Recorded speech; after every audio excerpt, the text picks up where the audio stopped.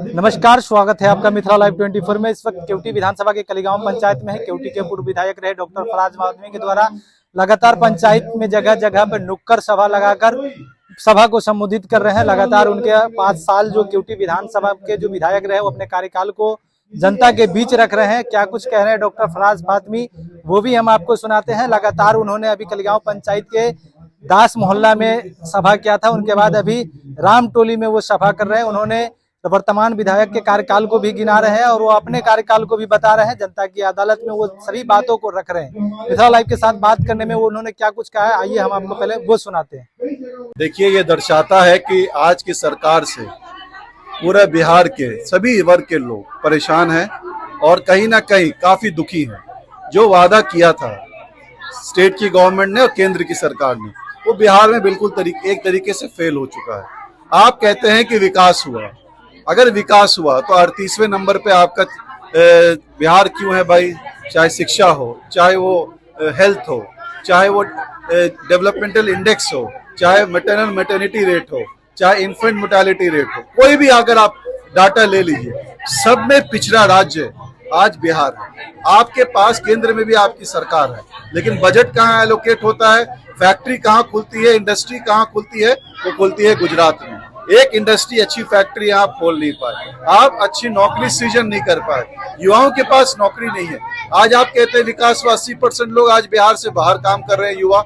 उसके लिए कौन सा आपने एजेंडा सेट किया? 14 साल से आपकी सरकार है यहाँ पे। तो कहीं ना कहीं आपका विश्वास और भरोसा जो लोगों का था वो खत्म हो चुका है। तो यहाँ पे एक युवा चेहरा जो लीडरशिप है, जो तेजस्वी यादव वो थे, तो 5 लाख नौकरी सृजन करके बिहार में उन्होंने देने का काम किया। उन्हीं से ये स्टार्टअप हुआ। इंडस्ट्रियल पॉलिसी लेकर के आए, वो कहीं ना कहीं स्पोर्ट्स पॉलिसी बिहार की नहीं बनी थी, वो उन्होंने यहाँ पे लागू करने का काम किया बिहार में। तो ये दर्शाता है कि लॉ एंड ऑर्डर में आप फेल हो चुके हैं। ओवरऑल डेवलपमेंट बिहार का, कितने सारे ब्रिज, हजारों करोड़ के ब्रिज यहाँ गिर गए, इसकी जिम्मेदारी कौन लेगा? अरबों रुपए का घोटाला जो अभी डाटा निकल के आया है, तकरीबन 72,000 करोड़ का, अभी तक इसका अकाउंट नहीं क्लियर हो पाया है कि इसका पैसा कहाँ खर्च हुआ। तो कौन इसका खर्चा किया, किसकी जिम्मेदारी है? कहीं ना कहीं नीतीश कुमार जी इसके जिम्मेदार हैं, कहीं ना कहीं पूरी मंत्रालय इसके जिम्मेदार है, और कहीं ना कहीं ये फेलियर है सरकार का कि जिस तरीके से उनको लाया गया था कि हम एक काम करेंगे, लेकिन उन्होंने सिर्फ उनके मंत्री हों, उनके सहपाठी हो, उनके जितने भी कारीगर हो, जितने भी उनके IAS अफसर हैं या जो भी हैं, सबने इस प्रदेश को लूटने का काम किया और लूट करके बिहार को उसी पिछड़ा राज्य में फिर से, हम कहते हैं, हमारे तेजस्वी यादव, हमारी पार्टी कहती है कि भाई इसको पिछड़ा राज्य घोषित करो, स्पेशल पैकेज दो, स्पेशल दर्जा दो, रिजर्वेशन देने का काम करो, लेकिन कहीं भी सरकार सोई हुई है। और निश्चित तौर पे उम्मीद है कि बिहार में आज अगर हम देखेंगे, हर समाज के लोग, वर्ग के लोग चाहते हैं एक युवा चेहरा है जो यहाँ पे विकास का काम कर सके।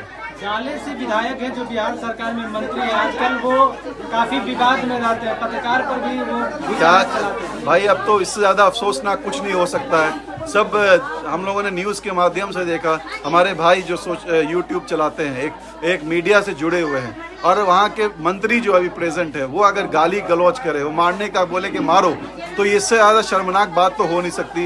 ये कहीं ना कहीं दिखाता है कि सरकार दादागिरी में कहीं ना कहीं काम कर रही है। सरकार को तो वहाँ के जो मंत्री हैं या जो भी हैं, उनको तो एकदम नीचे रह करके काम करना चाहिए, समाज से जुड़ करके, लेकिन इन लोगों के अंदर इतना ईगो आ गया है, तानाशाही आ गई है कि ये लोग नहीं चाहते हैं कि किसी गरीब आदमी को, किसी अति पिछड़ा वर्ग को ये लोग सम्मान दे सके, और इसी का प्रमाण आज आपने देखने का काम किया। वो तो मैं धन्यवाद देता हूं अपने भाई तेजस्वी यादव जी को, वो खुद स्वयं आए और उन्होंने खुद जाकर, क्योंकि थाना FIR लेने को तैयार नहीं थी, इतनी भ्रष्ट थाना है, इतना भ्रष्ट सरकार है। तो ये तो हम लोगों ने उनके मदद से, जो हमारे जो जिनको चोट लगी थी, वो खुद थाना पे गए और उन्होंने कहा कि आपको FIR दर्ज करना होगा। तब दबाव में आकर के उनकी बात को माना। अगर हम लोग नहीं रहते, हमारी पार्टी नहीं रहती, तो ये FIR क्या, उनके ऊपर झूठा FIR दर्ज करने के लिए सरकार और भाजपा के लोग लगे हुए थे, और पूरी रात ये चाहते थे किसी तरीके से ये मैनेज हो जाए।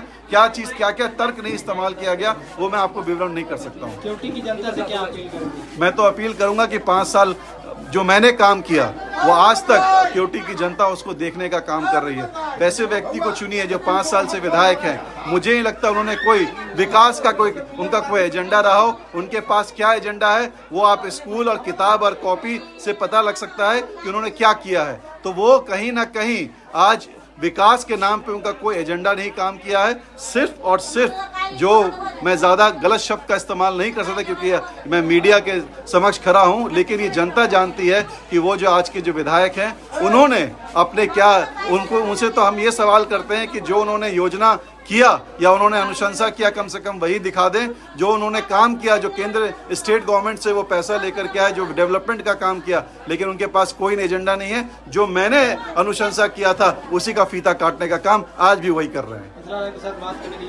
धन्यवाद।